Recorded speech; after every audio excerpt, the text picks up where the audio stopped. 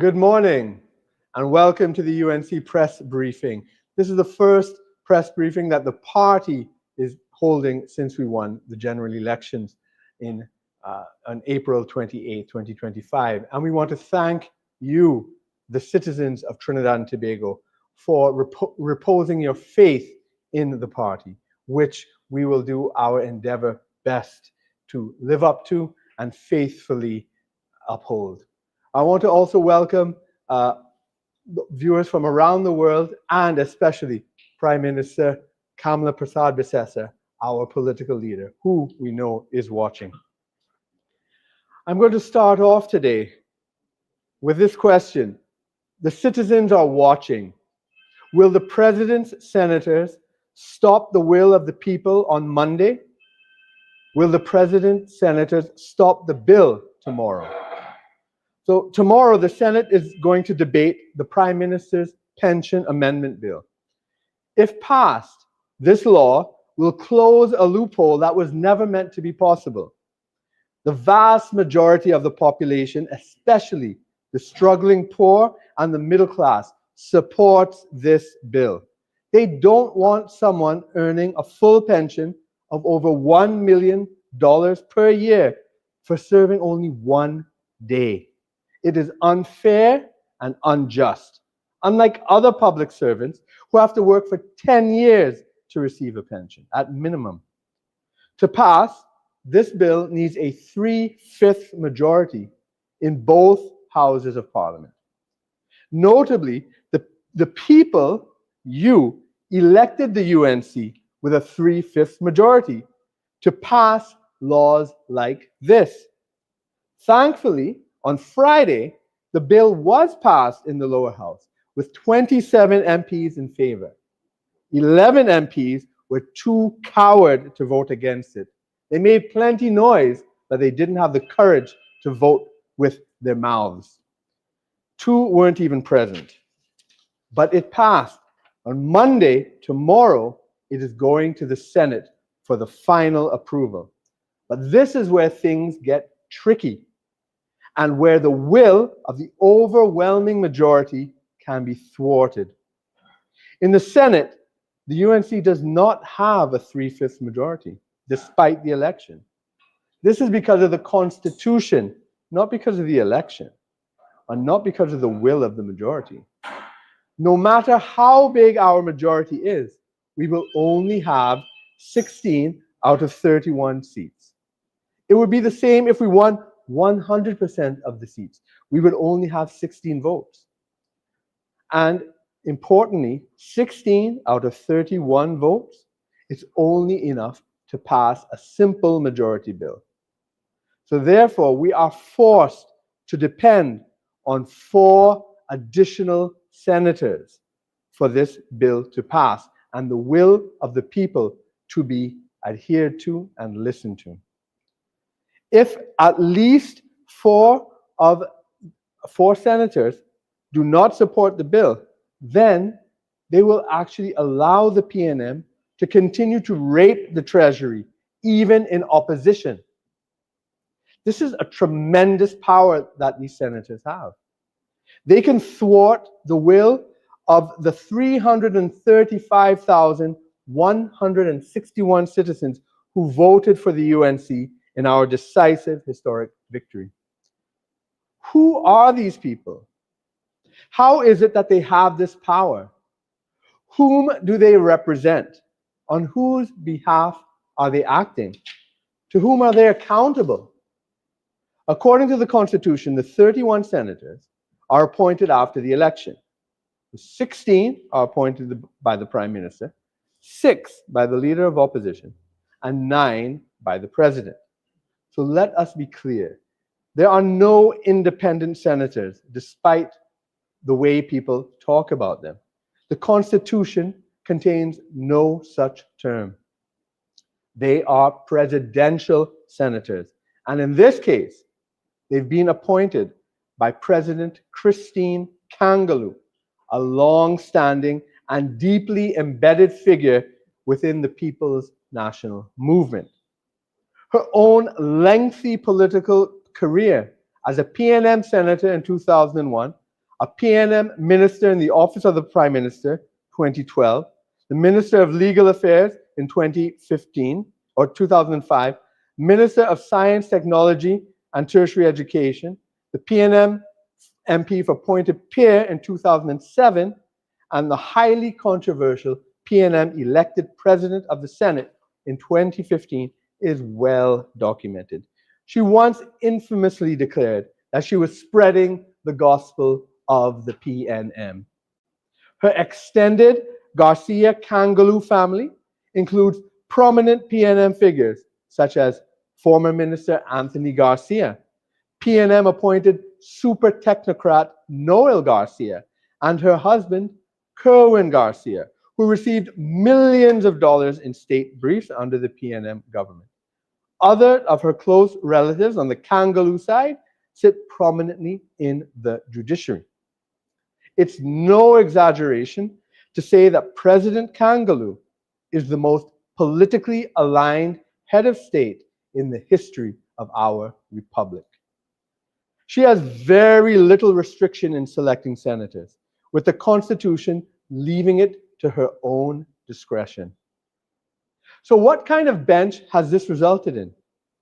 If we look at the area of residence of her 9 senators, 8 of them, so that's 89%, live up north. At least 2 from Goodwood Park, maybe a third. But the others from Carenage, Cascade, Port of Spain, St. Joseph, St. Augustine, El Dorado. This is hardly representative of the country as a whole. Senator Anthony Vieira and Deorup Timal are both repeat appointments. Senator Vieira is the recipient of state briefs under the PNM. He was a vocal critic of the then opposition UNC in the Senate. Senator Simon de la Bastide has long-standing ties to the PNM. Several others might be described as culturally PNM or PNM adjacent. And I don't mean ethnically. What I mean is ideologically. They are pro-establishment, pro-elite, pro-status quo.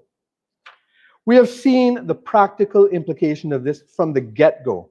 In the first working sitting of the 13th Republican Parliament, on 3 occasions in the committee stage, every single one of these so-called independent senators aligned with the PNM to create a 15-15 tie.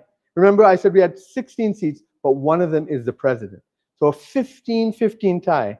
So the speaker had to intervene each time to break the tie. And this resulted in a very prolonged session for such a short and uncontroversial bill to help children. This unanimity was unusual because the so-called independent senators are not supposed to coordinate their votes. They are not supposed to caucus. It was a dramatic indication of just how aligned the president's appointees are with the opposition PNM. This is totally different from the last government during the PNM's decade of destruction. There was not a single dramatic test of power like this by these same independent benches. When the UNC stood up to object to the concentration of power in one minister in the TTRA, where were they? Where were they when the government waged war, when that government waged war on the Auditor General? Or when key watchdog institutions were being eroded and packed with partisan appointments? They were silent, or worse, they actively supported the government. Senator Vieira, in fact, brought a motion against the then opposition UNC. For instance, when we objected to their pro-government bias in the 12th Parliament, our research at that time showed on 16 occasions, so-called independent Paul Richards always voted with the PNM, 16 times. Senator Vieira voted with the PNM 15 of 16 times. Senator Charisse C. Prasad, sister of Bliss C. Prasad, voted with the PNM 15 times. On 16 occasions, Senator Varma Dayal Singh voted with the PNM 14 times. Senator Hazel Thomas, 14 times as well. Senator Amrita Deonarayan, 13 times. That doesn't sound very independent. They were rubber stamps, and they gave the then PNM government a super majority in the Senate, a super majority, even though the PNM only had a slim majority in the lower house, because they ganged up. Now that the PNM are in opposition, we see the independents aligning with the PNM in opposition now. So the UNC has a bare majority in the Senate, even though we won an overwhelming 3/5 majority in the lower house. It is insulting to the intelligence of the public to suggest that this is some coincidence. It is perverse. In the words of Newsday in their editorial here, as shown on Monday, they will not hesitate to prolong sittings and to attempt to force showdowns on all manner of other legislation, even those facilitating children's health care. And the old taboo against caucusing among independents might be a thing of the past. That's no mere observation. It is a warning. And the people of Trinidad and Tobago must take note. And as if on cue, on Friday, in the next sitting of the Senate, Dr. Desiree Murray interrupted Senator Dominic Smith 3 times during his contribution, objecting to his criticism of the PNM. We have the clip here. Let's take a look for those of you that missed it. In a former incarnation, was a priest. Point of order. And we are learning. 46-1, point of order. Point of order, 46-1. I don't understand the relevance, Mr. President. Through you.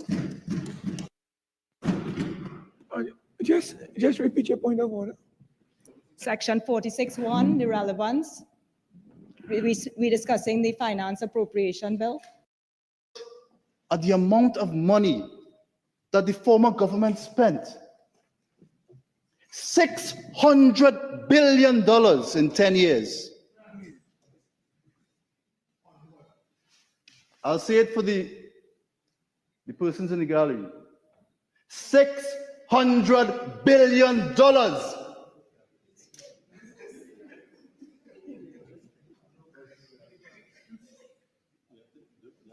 And it is a comedy fest.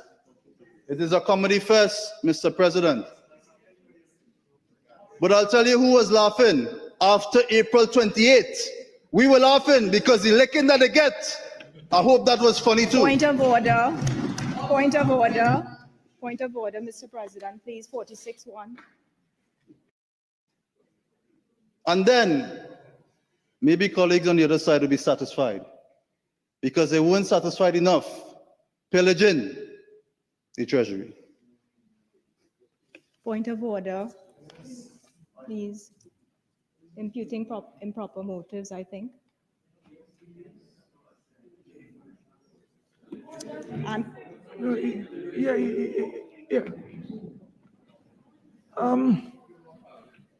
Yeah. Yes. You were saying that is it an individual in this? No. Were you referring to an individual in this chamber pillaging the treasury? No, I'm just asking. No. Wait. You see, imputing improper motives must be related to a member, a sitting member of the Senate. If you are not a sitting member of the Senate, you can speak to that issue, but you take responsibility for what you would have said.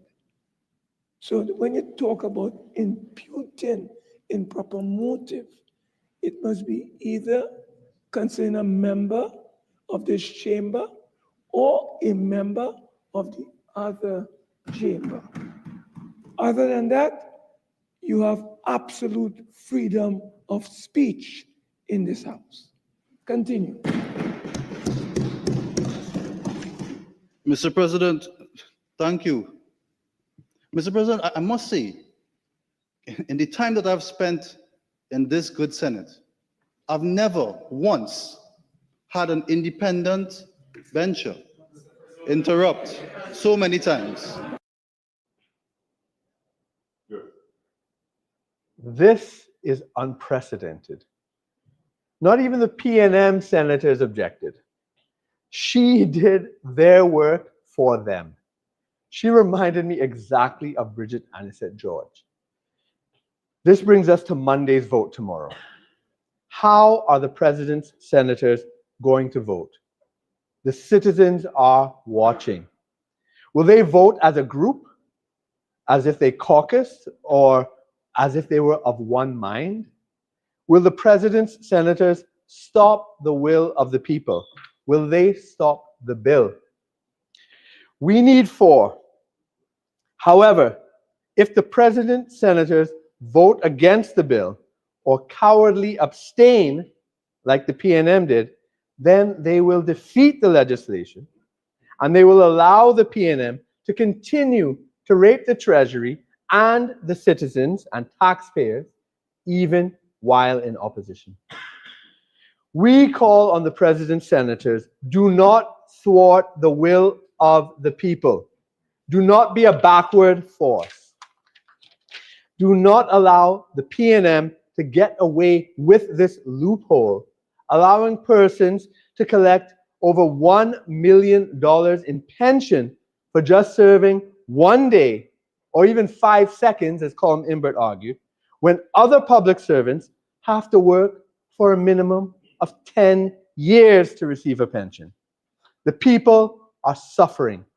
This is oppression and injustice, which this law will correct. Senators, make sure that this bill passes with the 3/5 majority. The people need 4 of you to stand up. Thank you. I call on Minister Padarat.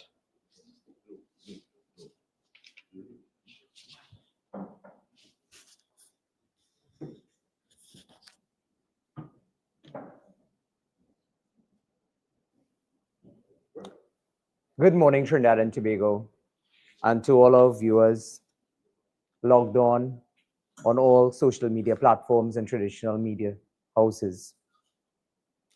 On April 28, 2025, the country made the decision that we will not continue on the same trajectory as we had been since September 7th, 2015.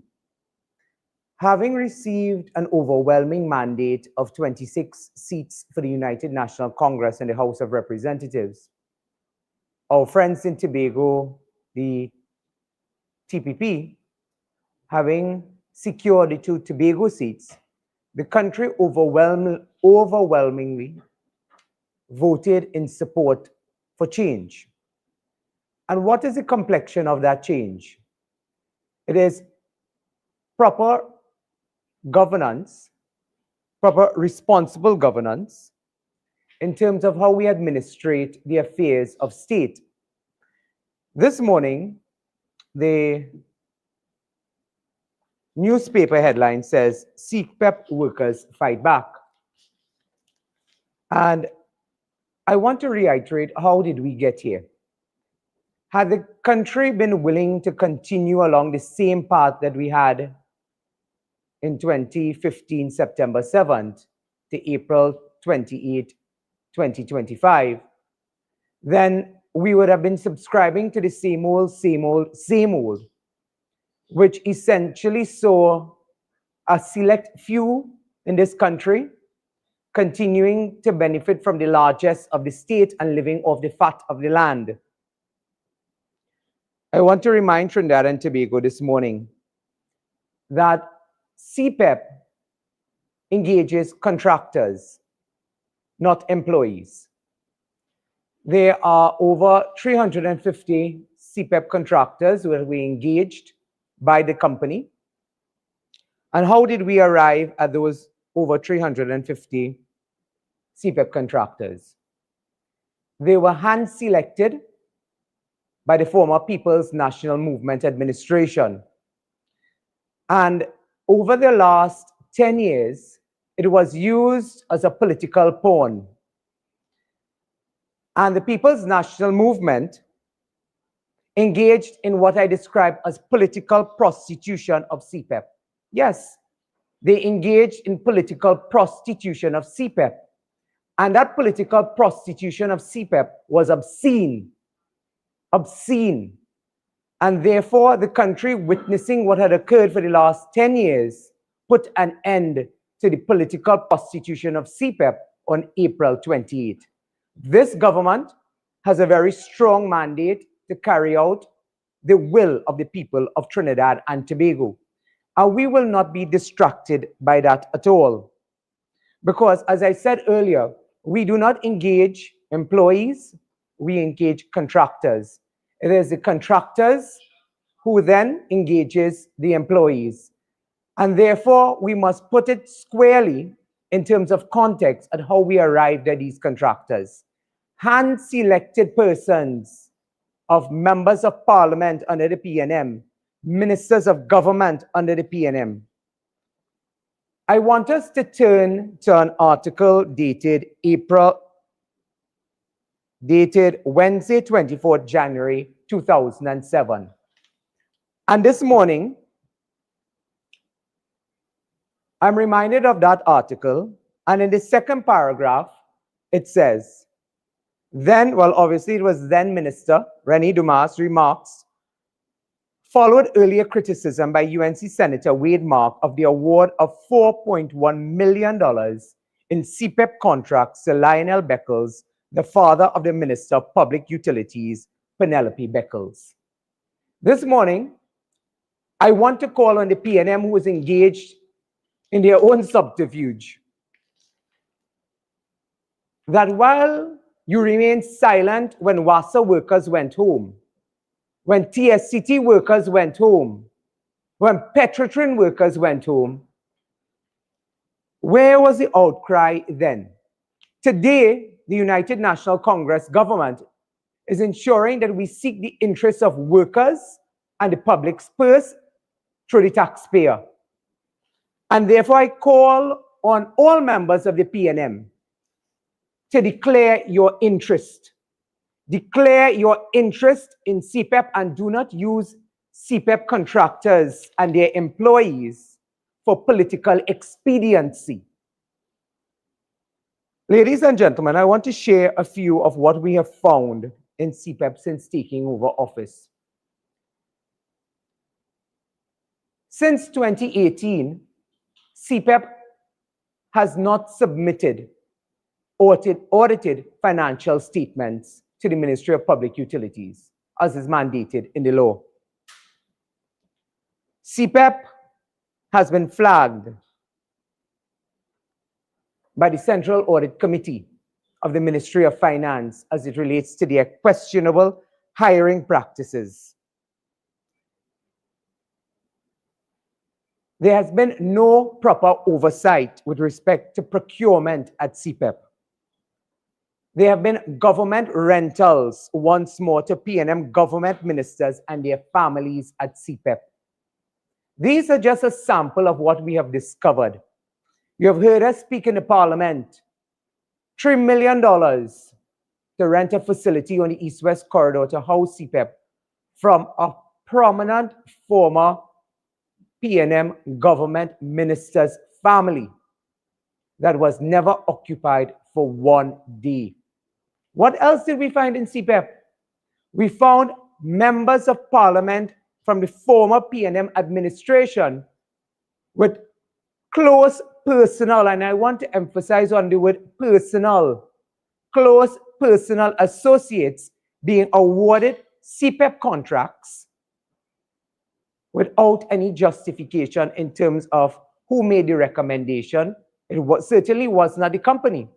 These were calls that were made to individuals within the company to award to reward, not award, well, reward and award, these PNM bigwigs with CPEP contracts. And that is a sample of how they administered CPEP contracts. So it was not the interest of the people of Trinidad and Tobago that they were looking after. I want to assure Trinidad and Tobago today that CPEP, under my watch as the line minister, will not be a PNM party group. It must go back to its moorings and also evolve into a more sustainable program. And we intend to partner with ministries such as the Ministry of Health, the Ministry of Education, the Ministry of Housing, and the Ministry of Community Development. CPEP must be a transitionary organization to get people into more sustainable jobs. And therefore, the company, we have been reviewing its activities, its mandates, and therefore what we will seek to do is to ensure that the company returns to its original moorings to get people in more sustainable jobs. CPEP means community enhancement, and therefore we must empower the communities. So when I hear about the mothers who need to put food on their tables, buy school books, that is why the government's thrust, this government's thrust, is to ensure that we have the laptop program, that we can have affordable food prices. So it is not about keeping people in the mindset of cutting grass for the rest of their lives.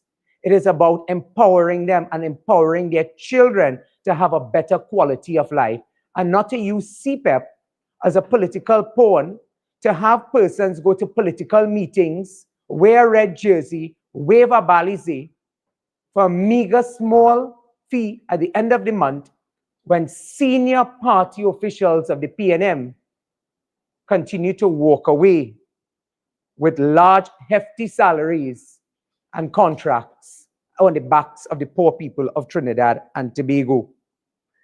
Brothers and sisters, ladies and gentlemen, the PNM lived off the fat of CPEP, while every single day people in this country continued to suffer. I want to share with you that there were former PNM MPs who were busier running down CPEP contracts instead of doing their works in their constituencies. And we will share more of the names with you as we go along. The companies, the research on the company registry is being done, and it's already showing that there are several closely aligned persons, whether they were ministers, they were MPs, they were mayors, they were councillors, to persons within the People's National Movement. And that is why I can say with conviction that CPEP was used as a pawn. They engaged in political prostitution of CPEP, and that was obscene. And therefore, the mandate of this government is to ensure that we get workers into sustainable jobs, that we review the program, we audit the program. And a company of this nature who has not submitted audited financial statements in the last 6 years, having the Central Audit Committee of the Ministry of Finance flag their hiring, their HR practices within the organization, cannot be allowed to continue in the incarnation that they find themselves in today. And therefore, the population voted for us to make the necessary changes within these state enterprises and within the ministries. And therefore, we are committed to keeping that promise to the electorate that we made. And we will not allow CPEP workers to be used by the former administration for their political expediency. And therefore, as I started, there are several persons within the People's National Movement who are either closely associated through family, friends, and financiers with CPEP contracts, that today they are serving, the people within the PNM are serving that interest. They are not interested in serving the interests of workers. But we have said that we will continue to stand by the side of workers, but it must not mean that it will be allowed to continue in the most obscene, illegal, and, dare I say, non-transparent way. We must return to the moorings of CPEP. And therefore, while we would have heard in 2007 about high-ranking ministers and their families receiving $4.1 million in CPEP contracts, I want to tell you, Trinidad and Tobago, that that was not the first and last instance under the PNM. That occurred between 2015 to 2025. And this morning, I'm calling on the PNM, those inside of the PNM, to declare their interest, because many of them had interest and were benefiting in the millions of dollars with respect to CPEP contracts.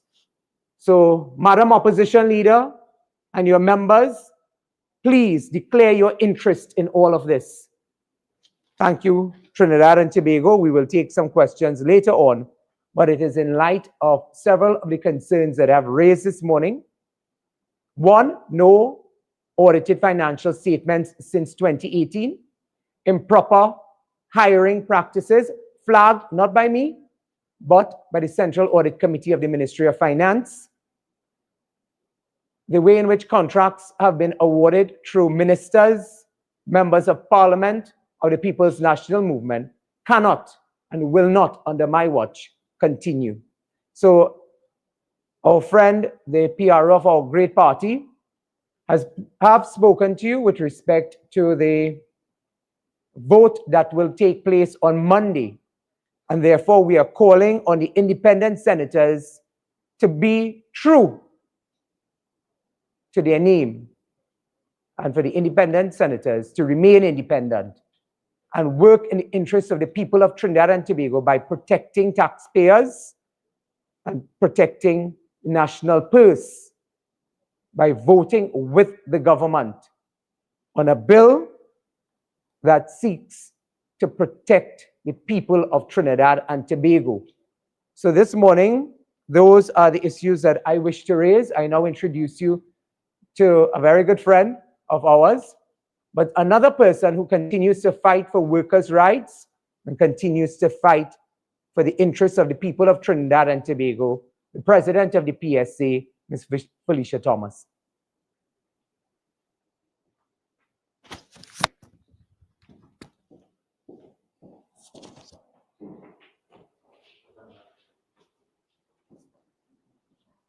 Thank you to the Honorable Minister of Public Utilities. And of course, I must acknowledge the Honorable Prime Minister who is viewing this morning, Mrs. Kamala Persad-Bissessar, all members of Parliament, viewers, and particularly my membership. Today, I extend my sincere gratitude to the Honorable Prime Minister, members of the House of Representatives, and members of the Senate for their invaluable contributions to the repeal of the Trinidad and Tobago Revenue Authority Act. On Friday, June 27th, members of the Senate, during their third sitting, voted in favor of the Trinidad and Tobago Revenue Authority Repeal Act. This act is a testament of the PSA and our members' unwavering dedication. It effectively reverses a piece of legislation that would have had a detrimental impact on the lives and livelihoods of hundreds of dedicated public officers of the Board of Inland Revenue, Customs, and Excise Division. On behalf of all these workers, I express my profound relief that their jobs, pensions, and terms and conditions will remain safeguarded under the constitutional protections of public service employment. I particularly commend the vigilant advocacy of those senators who recognized that the cornerstone of any legislation or any legislative reform must be the well-being of citizens and workers of this country. Their unwavering commitment to ensuring decency and fairness is commendable. In this regard, I will now pause to address the role of independent senators, which is to represent public interests with objectivity, balance, and fairness, particularly in matters that affect the national workforce, economic sustainability, and social cohesion. Their votes should reflect independent thought, and I repeat that, independent thought that critically examines the broader implications of policies not only in economic or administrative terms, but also in their tangible human consequences. With a heavy heart, I express my disappointment at the contributions of some independent senators on Friday. Their efforts did not adequately consider the profound impact this legislation would have had on workers and their families, nor its potential effects on our national economy. Instead of prioritizing theoretical efficiencies or perceived administrative improvements, these senators failed to advocate for the preservation of decent work and constitutional employment protections, principles that should never be disregarded. Let us not overlook the numerous failed authorities that the PNM promised would bring efficiency, productivity, and improved service once they were established. The Ministry of Health was transferred. The Ministry of Health transformed into the regional health authorities. Where's the improvement in service delivery? BWIA to Caribbean Airlines. Ministry of Housing to NHA and subsequently HDC. But yet still today, 30,000 applicants in the queue with no speedy delivery or faster service to the population. And of course, most importantly, homes aren't any cheaper. None of these authorities fulfilled the PNM's promises to improve service.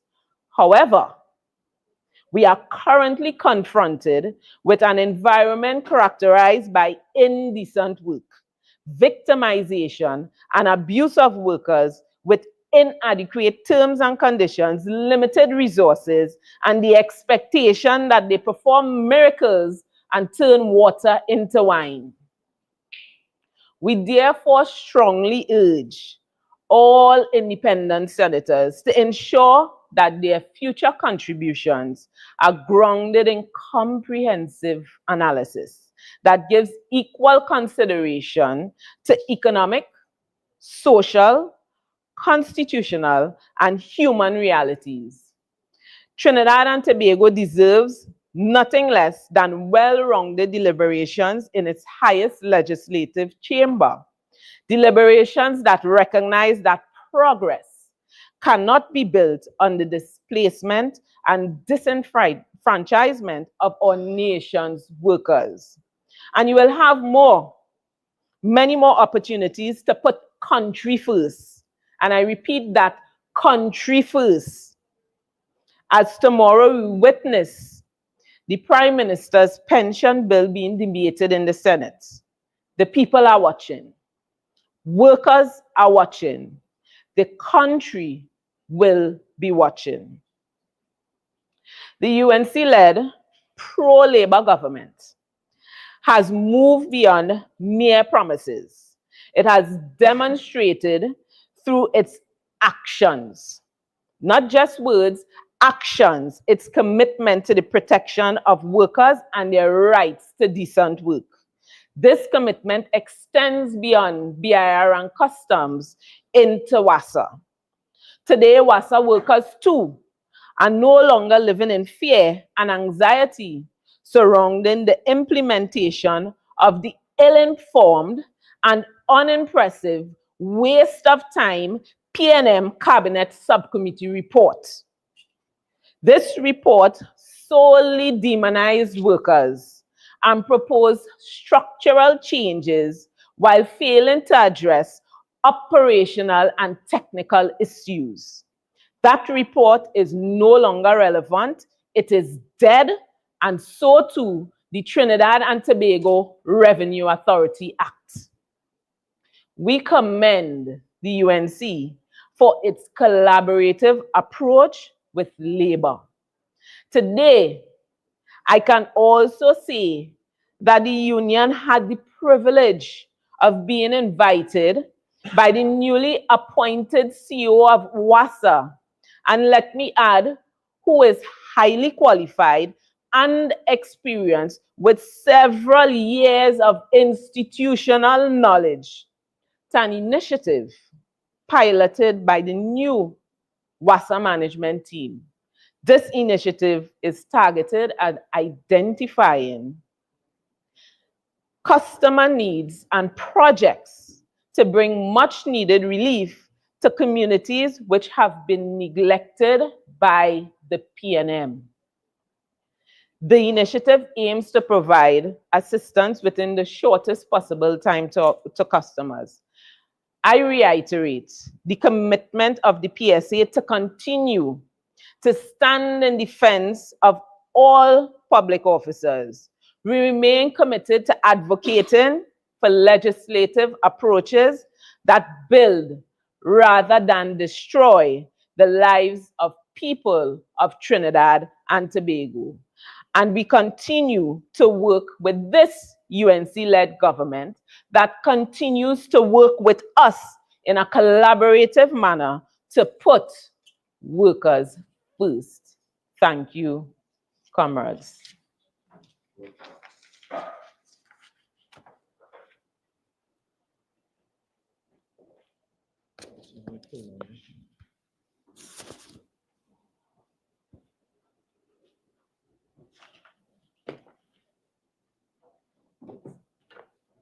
Good morning, members of the media, those who have joined us in person and also on all our social media platforms. Welcome to the first United National Congress press conference since the April 28th general election. And we continue our promise that we will keep the nation and our party informed of what your government is doing for you since attaining office on April 28th under the astute leadership of our Honorable Prime Minister, Kamala Persad-Bissessar of Senior Counsel. Members of the media, I have two very important issues that I would like to address you on this morning. Namely, one being the current piece of legislation that is being deliberated before the Parliament, which is the Prime Minister's Pension Amendment Bill 2025. And secondly, I would like to address you all on an important matter involving the National Reforestation and Watershed Rehabilitation Program. So firstly, I would deal with the issues relating to the Prime Minister's pension. The debate would have concluded in the House of Representatives on Friday, and it saw that all government members were present and voted in favor of the bill, whereas the coward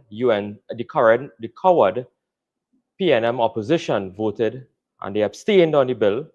One member, the member for Port of Spain, North, Centre and West, former Prime Minister Stuart Young, absented himself from the debate, and I don't know where the current member for Trinity Maloney is. But those two members were absent. All other opposition members cowardly abstained on that particular piece of legislation.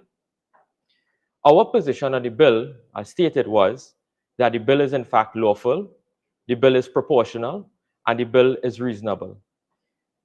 We are suggesting, and I will give a background of what the bill means, is that the current law, as stated, is that if a person serves as Prime Minister for 5 seconds, for 5 days, or 5 months, that person will be entitled to a Prime Minister's pension of $87,000 per month for the rest of his or her life.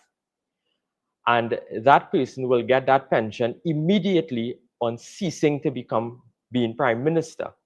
So it doesn't have to be that the person has to reach an age of 55 or 60 or so on. If the person ceases to be Prime Minister at age 18, 19, or 20, for the rest of his life, that person will receive $87,000 per month. So that was a lacuna or a loophole in the law that we have identified as a government. And having the mandate and the overwhelming mandate after the 28th April general election, we have decided to bring this particular piece of bill to change the law. And we are changing the law in two aspects. The first is the entitlement of the Prime Minister.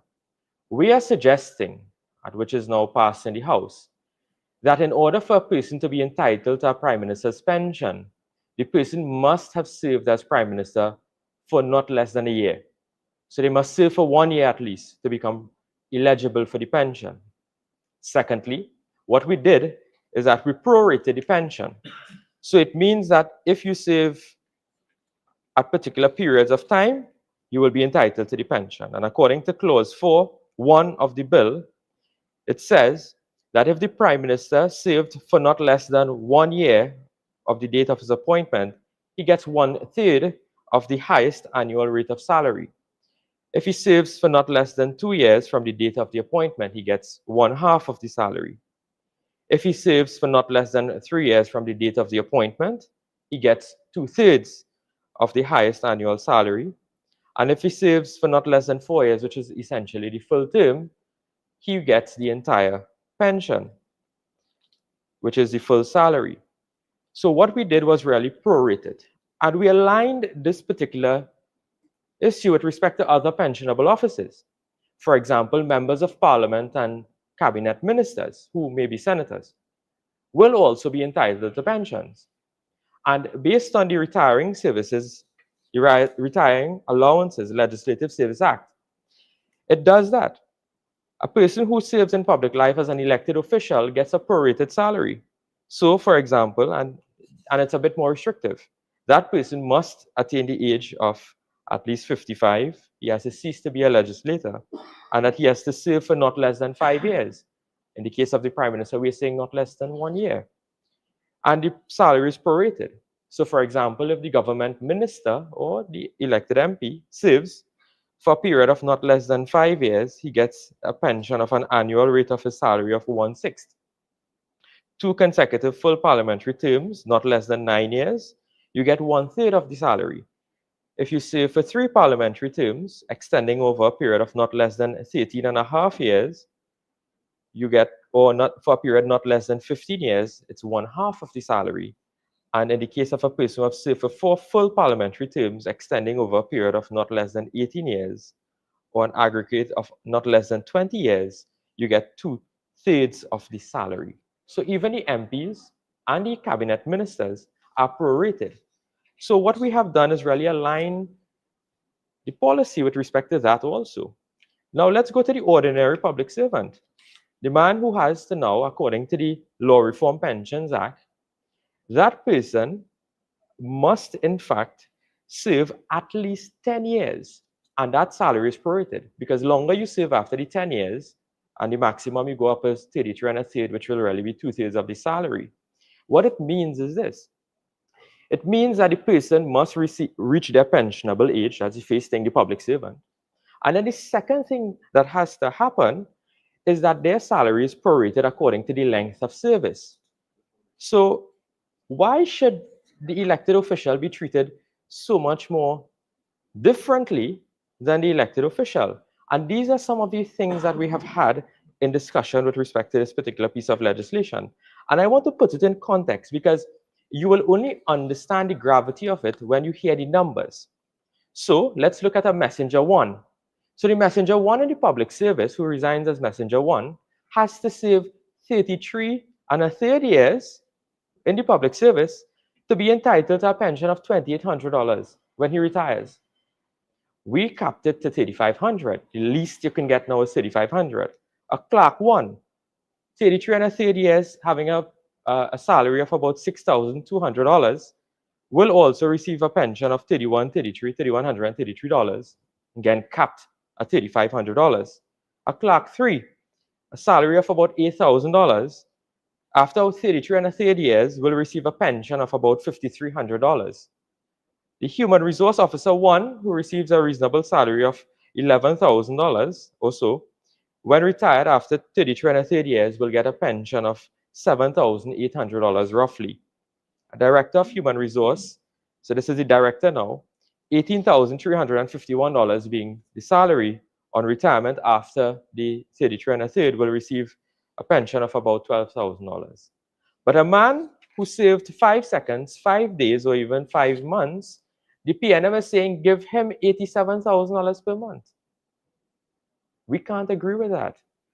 Mr. Imbert stood in the parliament confidently and loudly and said, so what if a 5-second prime minister served there, he should be entitled to the pension of $87,000.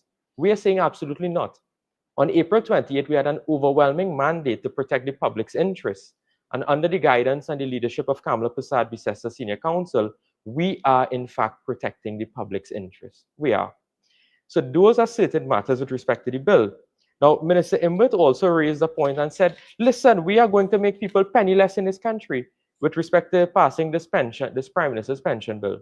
I want to put on the public's record today that nobody will be left pensionless. If anybody looks at the bill and they read the bill and they apply the current law, if a person served in cabinet, that person will in fact be entitled to a pension under the Retiring Allowance Legislative Services Act. And depends on how long the person served and what was the highest salary, that will be the person's entitlement when they reach the pensionable age. So nobody will be left penniless. And I said it in the parliament. In fact, I feel a few of them across there may in fact want to be left penniless. But that's a different story and a different platform. We'll get to those particular matters on. So these are some of the very brief issues I wish to mention with respect to the Prime Minister's pension bill that is before the Parliament. The next issue I would like to raise is where I also serve with respect to the Ministry of Agriculture, Lands and Fisheries. A particular program has now been gazetted under that ministry called the National Reforestation and Watershed Rehabilitation Program. And this program was established with a comprehensive mandate to address environmental, socio-economic, and international goals in Trinidad and Tobago. The program aims to enhance forest capital, preserve biodiversity, improve watersheds, recharge aquifers, reduce floods, and promote agroforestry to increase food production. It also focuses on poverty alleviation by creating sustainable employment, particularly for women and youth, through community-based projects. So that was the mandate of this program. This program operates similar to what CPEP is, which means that the program, through the managing partner at that time being the Rural Development Company, will retain or hire contractors. The contractors will then thereby retain or hire employees under the contracts, and they will fulfill the mandate of what the reforestation program is. But when we got into the Ministry of Agriculture, we became very suspicious of what was taking place after being briefed on this particular program. And it raised several red flags, as they say, with respect to the management of this program.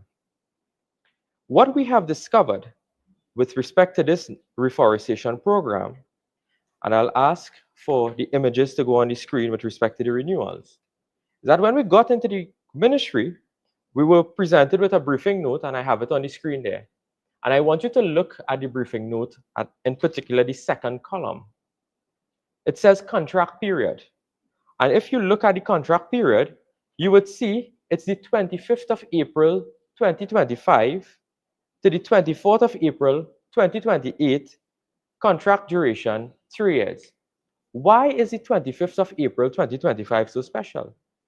It was the Friday before the general election. So what they were doing is that there was a flurry of activities at the Rural Development Company where they were just awarding contracts and renewing contracts the Friday before the general election. Now, if that doesn't raise suspicion in one's mind, then definitely that's not reasonable. But this is definitely something that had us concerned with respect to this particular program. Then we went further. We went further into seeing some of the contracts that were in fact awarded. And I want to give you some names with respect to some of the contracts that were awarded. In particular, there was one contract called Kimmel's Construction and Maintenance Services Limited. When we looked at the directorship, it's one Anton Lynch. Now, I have a note that that person is the executive member of the PNM Moruga Tableland Party Group. Let's go again.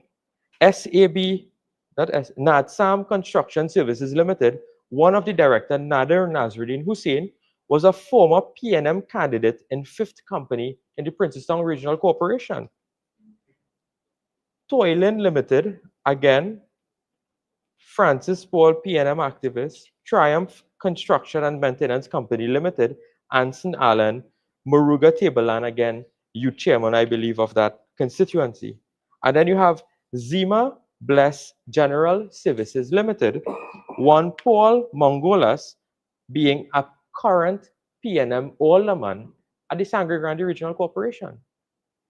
So what we have discovered was that on the eve of the general election, they were awarding these reforestation contracts to friends, families, executive members, and party officials of the People's National Movement. And now they come to complain, and I see the opposition leader is having some legal aid clinic somewhere down in Couva today for CPEP contractors.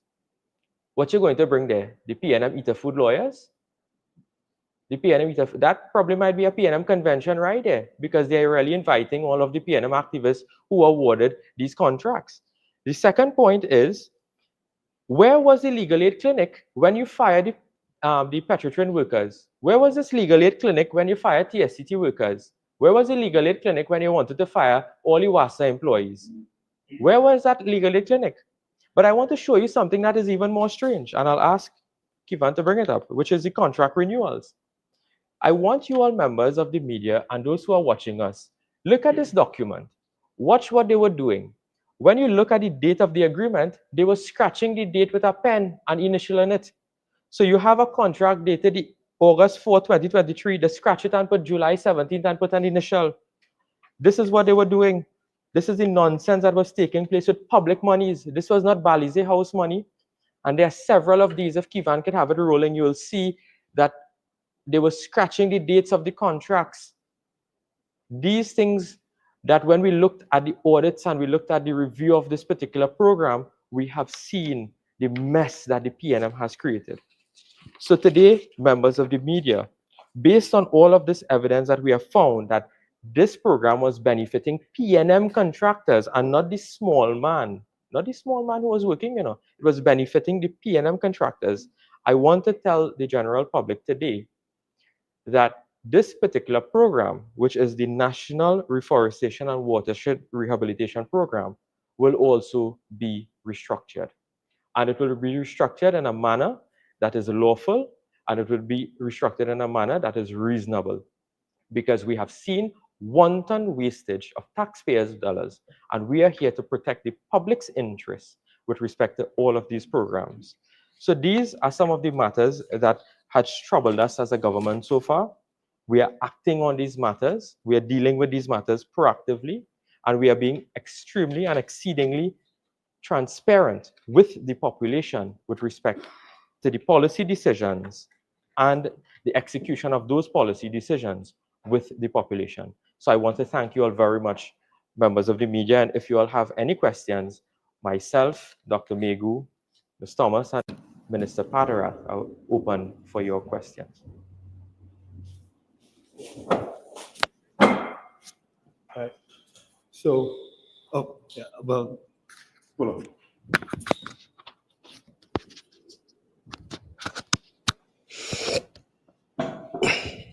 Thank you. Right, so members of the media, we are open for questions. I'd just like to ask you to tell me your name and the media organization you work for. Okay. Yes, yes. Can you hear me? Is this Yes. on? Yes, Oren Gordon, freelance journalist and broadcaster. I'd call myself an independent, but that's not a word that you seem to like this morning, right? So, Dr. Megu, you spent an awful lot of time and energy criticizing the independent senators. Some would say traducing their reputations. You attacked the president. You, I think it's fair to say, try to browbeat the independent senators into voting in a way that the government wants them to vote tomorrow. You questioned everything from where they live to how they ought to behave. There are some who would consider that an improper line to be taken from the governing party. Shouldn't your tactic be one of persuasion, persuading the independent senators as to the soundness of your case for the bill, and trying to seek their support in that way, rather than trying to browbeat them into voting the way that you want? Okay, well, thanks for the question. I want to break that down into two parts, because I wasn't the only one that addressed the issue, Right. and MP Saddam Hussein went into great detail into the merits of the bill. I'd love him to weigh in as well. Yeah, yeah, so I will invite him to expand afterward. But certainly, from my perspective, what we have done is we have unveiled the fiction of the independence. Now, I know it's kind of jokingly you talked about it yourself, but presumably you're not using the label to hide an agenda.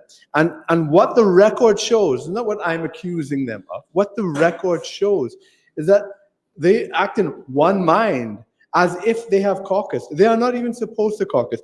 Now, and maybe they haven't, but maybe it is just that they are so sociologically aligned that they don't have to caucus. And so what I would be doing is asking them to reflect on that role and reflect on the independence. And I think all the other speakers have also admonished them to do that. I do not think it is improper. It is extremely important that the government is supposed to function the way it does.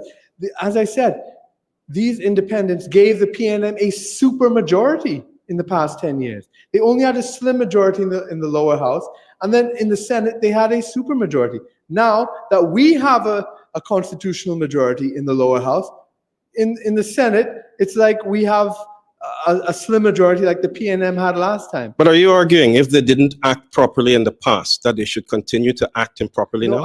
And one of the ways that I am saying it is a signal that they are acting improperly is that they're all acting as one. If it was truly independent, they are not a caucus, they are not a team, you would maybe have half, statistically, let's say, not every time, but half voting for the government one time, half for the other. But that's not the way it goes. It's always either entirely for the PNM or a majority. But let me invite MP Hussein. Mr. Gordon, you just want to repeat what particular part you want cleared up, requested. Pardon? You just want to tell us what is the specific part of the question that you would want. Well, just to expand on what just to expand on what I've asked already, Minister Padarath said, in effect, vote with us to demonstrate that you are truly independent, which is something I wonder whether he reflected properly on. Isn't a signifier, isn't a stronger signifier of your independence that you're able to hold legislation up to the light and then vote accordingly, rather than vote in the way that the entity with 2/3 control of the lower house wants? So the bill as drafted requires a special majority. In the lower house, based on the numbers, we have a special majority from the elections. In the Senate, it's constructed, as you know, that we don't have a special majority there. We require 4 independent senators to vote together with the government to get the bill passed. I just want to give you some context of the answer.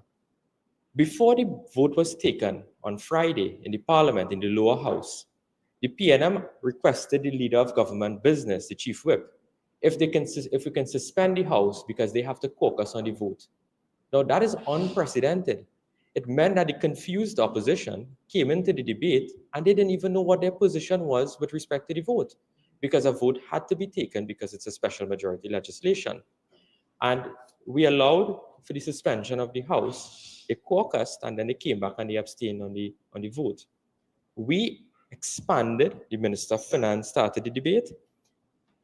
I spoke. The Attorney General spoke. Minister Maharaj, the Minister of Justice, spoke on the bill. We gave all of the government's arguments and the justification for the legislation. That is there in Hansard. That is there transparent. The senators have the benefit of reviewing the debate in the House before they start the debate on Monday, which is So let them review it. And we are saying that they can review it. Nothing is wrong with that. But we also have a right to come on this platform and advise on our views with respect to the national interest. And today we are calling on all right-thinking citizens, including the independent senators, to do the right thing and help us protect the national's interest and the public's interest.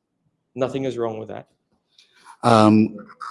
Could it be that the opposition might have caucused before, but because of the powerful arguments you all might have made in Parliament, it forced them to change their position?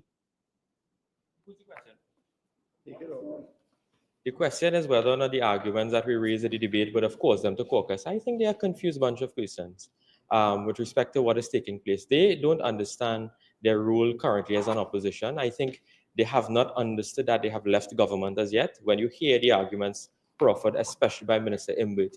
But it's unprecedented that they would ask us to adjourn. We had a tea break very shortly before many of us spoke. In fact, we took the tea break while the opposition leader was presenting. So they had an opportunity to hear all of our arguments prior to the debate. Why was the retroactive clause inserted? Why was the Retroactive clause inserted.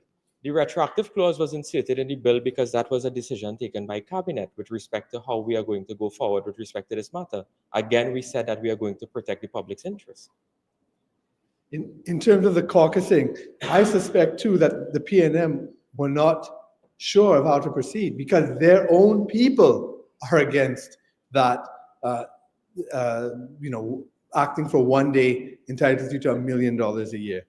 And just like when it was first announced, Adrian Leonce had said to the media that he didn't think that this was going to be approved, but it was approved. There are divided opinions in the PNM about it, and that's what they had to caucus on. This is a bill of general application. MP Barry, did you want to address that as well? Okay, right. Yeah. Any other questions? Yeah. Hi, good day. Paula Linda from the Newsday. My first question is about the firing of the CPEP contractors and more so the people that work for them. As has been said, over 11,000 people were let go, and it is a few days before the July-August vacation starts. People have to start buying school books. Whoever was going to camp. These are people who rely on that funding, such as it is, to live. So yes, the contractors may have been corrupt. The program might have been corrupt, but would it not have been better to audit the program and put something in place before this wholesale firing of these 11,000 people who may not have other jobs to go to? You came in a bit late, so I think you missed the part where I said very definitively, under my watch as Minister of Public Utilities, the line Minister for CPEP, have no intention of running CPEP as a PNM party group. The contractors that were terminated are the persons that CPEP engages. CPEP does not engage whether it's 10 or 11,000 employees. We have no intention in CPEP in engaging ghost employees like what occurred under the PNM. We will not engage in political prostitution of the PNM, of CPEP, like what the PNM did. So therefore, you are asking me about the timing and the 11,000 persons. We did the audits, and that is why I can tell you this morning that in the last 6 years, there are no financial statements that have been submitted by CPEP. They have been flagged by the Central Audit Committee of the Ministry of Finance with respect to their hiring practices and so on. And therefore, on April 28, when we received such a large mandate from the people of Trinidad and Tobago, it was to bring into effect good governance. And therefore, CPEP workers, whether it's within the company I'm speaking of, I'm not speaking about the 11,000 and so on, also have a responsibility to ensure that the company is run effectively, efficiently, and within the confines of the law. And therefore, you are now asking me to put in place a system that may very well be illegal under this entity. So, as I said earlier, I have no intention of running CPEP as a PNM party group. Minister Padara, there has been occasions in the past where CPEP contractors have not been paying NIS on behalf of the employees and so on. So it's one area I would like you to address if you all have at all investigated that. Another question, having regard to the various flaws in the politicized administration of CPEP and your government's commitment to implement changes by the termination of these so-called questionable contracts, can you explain for the benefit of the wider public what new the process for new contractors to apply so that some of these very same people can regain work under new contractors? Well, I'll take the first question first, which has to do with NIS, and I'll speak more about that. We must comply within the law in terms of how you operate as a company. I spoke to you all about contracts that were awarded under the Ministry of Public Utilities to people who didn't even have VAT registration. And therefore, we reviewed what was happening in CPEP with respect to NIS, health surcharge, etc. I can tell you with certainty that even that too had political interference, where a senior campaign manager of the People's National Movement received a multi-million-dollar contract to administer how that NIS and so on is to be rolled out. And it was every ambit of the company that was prostituted politically to PNM financiers, campaign managers, etc. The second issue you raised had to do with the registration of new contractors. And that too, there is a process for that. CPEP as a company will alert through the usual means in terms of when registration will occur, the process that will be outlined in terms of the registration of new contractors. So I will not want to go into that this morning, except to say that there is a process and the country will be advised of the process in due course by the company. CPEP means community enhancement, and therefore the contractors and the contracts must go back to people within the communities. It cannot be that it goes to members of parliament and ministers of government as what occurred in the last administration and why they were voted out of office. So with respect to that, that will be advertised very shortly, and there will be a very transparent process in terms of how contractors will be selected.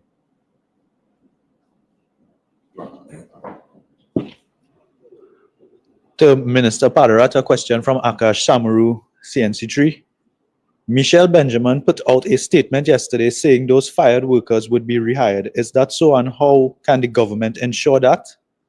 And the next one, why did the government not answer on Friday when it was asked about the rationale for the termination of the WASA executives? And why was that standing order invoked instead of answering the question? The first question, the response to that is the government hires contractors, and it will be hired from the community. That is why it's called CPEP, Community Enhancement. When we looked at what was happening in CPEP, many of the contractors were outside of the communities, and therefore the challenge was to ensure that the employees who contractors are hiring, they also give back to the communities in terms of hiring persons within the community. So therefore, as I said, the government hires these contractors. The contractors will now, the new ones will be obviously mandated that they are to hire persons from within their communities. So I think that answers squarely Minister Benjamin's concern and what you would have put out in the public space. The other issue has to do with the dependence on Standing Order 27(1)G of the House of Representatives as it related to a question that was raised on two specific issues. There's legal recourse in this country on any matter. That is a framework in which we operate. And the law of the land allows persons, whether it's industrial court, high court, any court, to seek redress. However, as the government of the Republic of Trinidad and Tobago, we must protect the taxpayer and not prejudice any legal matters that may come. And therefore, that is why the government wasn't hiding. If we were hiding, we wouldn't be here this morning answering your questions. This government is not in hiding. And I want Trinidad and Tobago, and I think the country itself acknowledges that the Prime Minister from time to time will come to the postcard, stand up for 2 or 3 hours and take questions from the media. Members of government, I want to remind Trinidad and Tobago, Saddam, I think some of them forget in the media, when Colin Emmett blocked them on social media, when he blocked them on X, which was formerly Twitter. So this government is transparent, but obviously we also have to ensure that we do not prejudice any legal matters that may come, and therefore we invoked Section 27(1)G in the interest of protecting the public's purse and the taxpayer ultimately. A question to Minister Hussein. Yes, you that beside your radio. Yes, the Prime Minister's pension bill, it has retroactive clause and so on in it. Now, having regard to the rules, I mean, as a layman, I'm speaking here, so you can perhaps explain it better as a lawyer. Having regard to the fact that, in terms of legal precedent, where retroactive provisions could be made with respect to a benefit rather than against a benefit.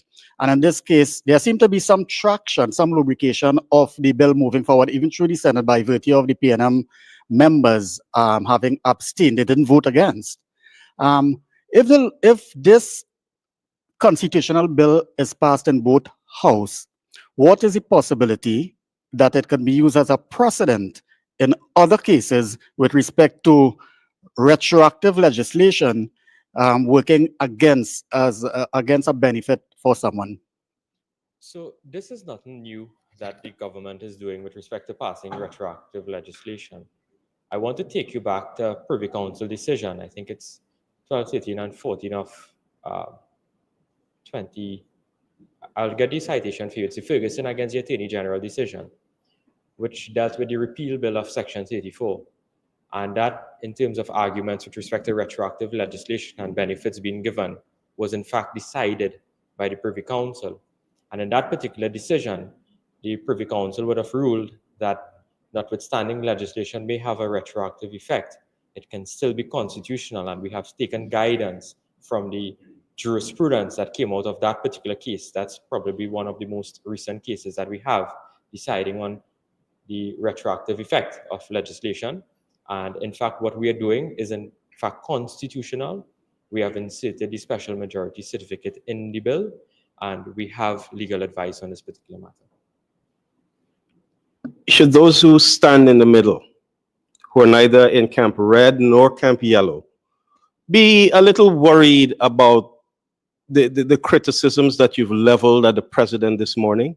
Worried in terms of when it is that it is time to go through the process of identifying a replacement, and then he or she in turn goes through a process of appointing independent senators, that the heavy hand of the government could push it in a certain direction. Should people be worried about that? Mr. Gordon, a president is elected, as you well know, by the Electoral College, right, which is a composition of both the House and the Senate. I am not the one who said that they're going to preach the PNM gospel, you know. In fact, the current president is the one who was talking about preaching the P&M gospel. I never said that. So of course, if you hear that, wouldn't you also have concern as a reasonable thinking citizen that you have an office holder who ought to be independent is singing in a previous carnation that we must spread the gospel of the P&M? And we have raised that during the particular period of her election. And if you cast your mind back to the Electoral College then, we in fact objected to that nomination, so much so that we in fact would have nominated a particular candidate as president, and we had the secret ballot being taken on that occasion. So can we have it in plain language? Is it your view that she selected independent senators to do the bidding of the opposition? So, Mr. Gordon, I'll put it this way to you. You have the current president saying, spread the gospel of the PNM in a previous carnation. And then currently you have the first gentleman, the husband of the president, who received millions of dollars in state briefs from the Attorney General's office and also other state enterprises. And I have the figures, I can share them with you also, that Mr. Kerwin Garcia, senior counsel, would have been given senior counsel or silk while she was the president, and also would have received multi-million-dollar state briefs from the government through the Attorney General office and other state enterprises. So you can draw whatever reasonable inference you want with respect to that particular matter. Hi, good day, Paula Linda again. Two more questions on the 11,000 workers. One is, can they reach out to the Ministry of Social Development for assistance to get them through this period until the new contractors are hired, or make the application and are passed? And are you worried about a rise in crime now that all these people are out on the street without work? The Ministry of the People, Social Development and Family Services, they are accessible to all the people of Trinidad and Tobago, not just a select group. And therefore, the question you asked me is that the Ministry of the People, Social Development and Family Services continue to remain committed to help all those who qualify under the various social programs. One last question from Akash Samaru at CNC. Sorry? Oh, and the second question, I think you should direct that to the Minister of National Security. I will not want to speculate about what will and will not happen. Again, a question from Akash Samaru, CNC3. We understand that Cabinet has made a decision not to appoint Attorney General Gerald Ramdeen to the NGC board. Is that so, and why did that happen? I want to advise Mr. Samaru that you may wish to check your sources and other type of sources that peddle misinformation. Just a question for the Minister of Legal Affairs. What are your legislative priorities? What are your legislative priorities in the short term? In the short, you want to know what is the legislative agenda of the government? So with respect to the legislative agenda, as you would well know, Mr. Gordon, that very early in Cabinet, we have decided that we are going to bring the stand your ground laws. So that is particularly important for us at this point in time because crime continues to be an issue. And we are also looking at those particular matters where we would have campaigned on with respect to the firearms. And also, we would have already completed some of our initial campaign promises in terms of legislation, being one, the Trinidad and Tobago Revenue Authority repeal bill that was in fact passed. So those are the short-term legislative measures that we have. As we go on, we will roll out our full legislative agenda for all to see. Yes.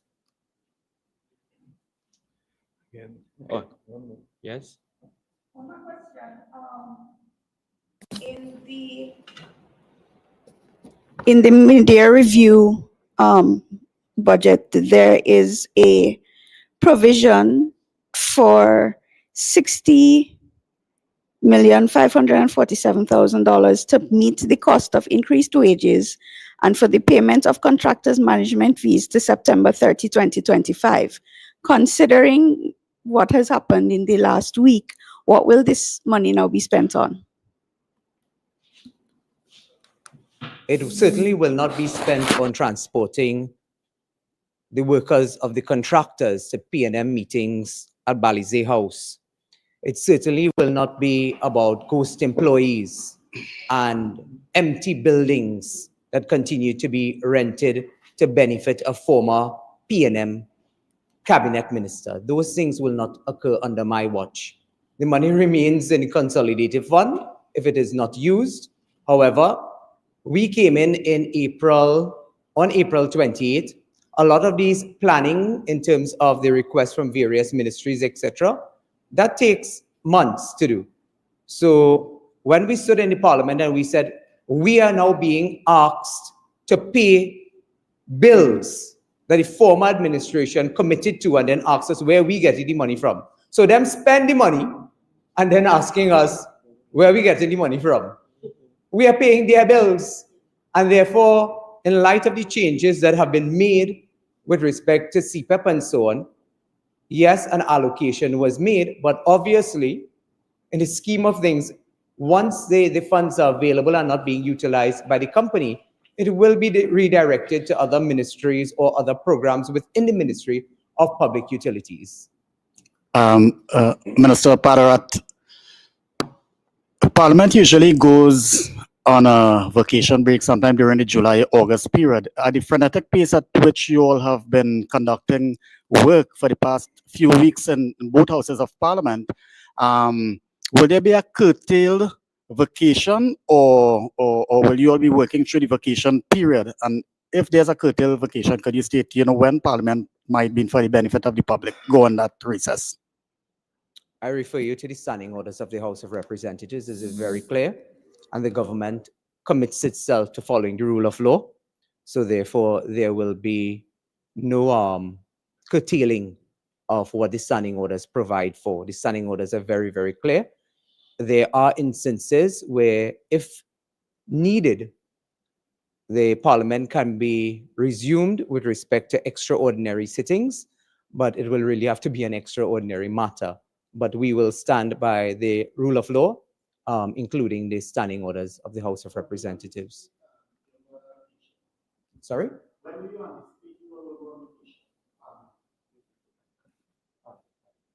The standing orders are very clear, Mr. Siudat. I think you know that. We will be sharing a bit more of what will be happening later in this week. I saw some of it has already made the media with respect to the assembly. It will not be a joint sitting of the Parliament. The correct terminology is an assembly of the Parliament, where Prime Minister Modi is expected to address members of both houses, but in an assembly. I will leave that in the remit of the Foreign Minister. He's quite capable. Okay, well, with that, I want to thank our 6,000 viewers online, and we know that's from all over Trinidad and Tobago, very representative, and from the region, from Canada, United States, Europe, and further abroad, Africa and Asia. Thank you all for viewing, and I want to thank the members of the media who came as well for your questions. We appreciate all of them, and I want to wish you all a very good afternoon, a good day, and we will resume our work tomorrow. And remember, the citizens are watching.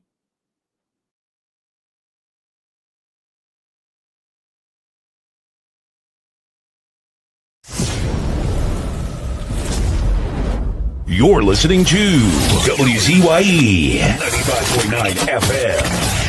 You are listening to WZYE 95.9 FM, the most influential name in Caribbean radio in the tri-state area. Broadcasting from East Orange, New Jersey, the most influential name in Caribbean radio, WZYE 95.9 FM. You're tuned to WZYE, the heartbeat of unfiltered truth. We're more than a station, we're a movement, grounded in facts, driven by integrity, committed to progress. We don't chase headlines, we create them. Decoding politics and current affairs to question power, not cozy up to it. From Laventille to Scarborough, whether you're in your living room or your commute, This is where perspectives collide, divides dissolve, and tomorrow's conversations start today. WZYE, we originate, not imitate.